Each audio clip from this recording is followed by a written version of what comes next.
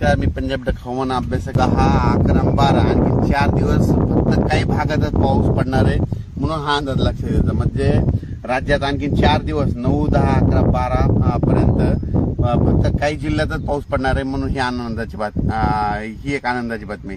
कारण की उर्वरित राज्यामधला आता पाऊस म्हणजे राज्यातला बऱ्याच ठिकाणच्या जिल्ह्यातला पाऊस कमी होणार आहे. आणि विशेष म्हणजे सर्व शेतकऱ्याचं आता सोयाबीनचं पीक काढणीस आलेलं लातूरकडला आलेलं आहे म्हणून त्यांच्यासाठी आनंदाची बातमी. लातूरमध्ये तिकडल्या भागामध्ये जवळपास 13 तारखेपासून तिकडला पाऊस उघडणार आहे म्हणून ही आनंदाची बातमी. पश्चिम महाराष्ट्र झालं, त्याच्यानंतर मध्य महाराष्ट्र, मराठवाडा या भागात देखील पाऊस उघड देणार आहे म्हणून हा आनंदाची बातमी.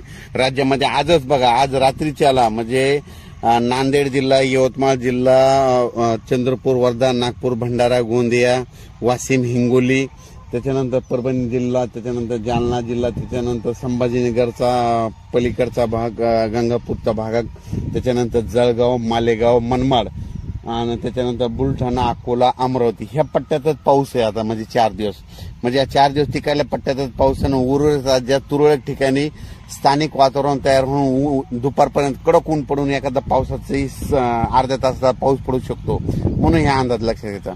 झालं तर 14 तारखेच्या नंतर 14 तारखेपासून 14 सप्टेंबर पासून राज्यातला पाऊस म्हणजे उघड देणार आहे. आणि बऱ्याच शेतकऱ्याचं सोयाबीन काढणीस आलेलं आहे, उडीद देखील काढणं चालू आहे म्हणून त्यांच्यासाठी खास करून आनंदाची बातमी. त्याच्यानंतर सर्व शेतकऱ्याला सांगू इच्छितो की राज्यामध्ये आता जवळपास 14च्या नंतर उघड झाल्याच्या नंतर ज्यांचं सोयाबीन काढणीस आलेलं आहे त्यांनी सोयाबीन काढून घ्यावी. कारण की खूप चांगलं वातावरण आहे. उगत तुरळक ठिकाणी पाऊस येऊ शकतो, म्हणजे असं एवढा काही मोठा पाऊस पडणार नाही.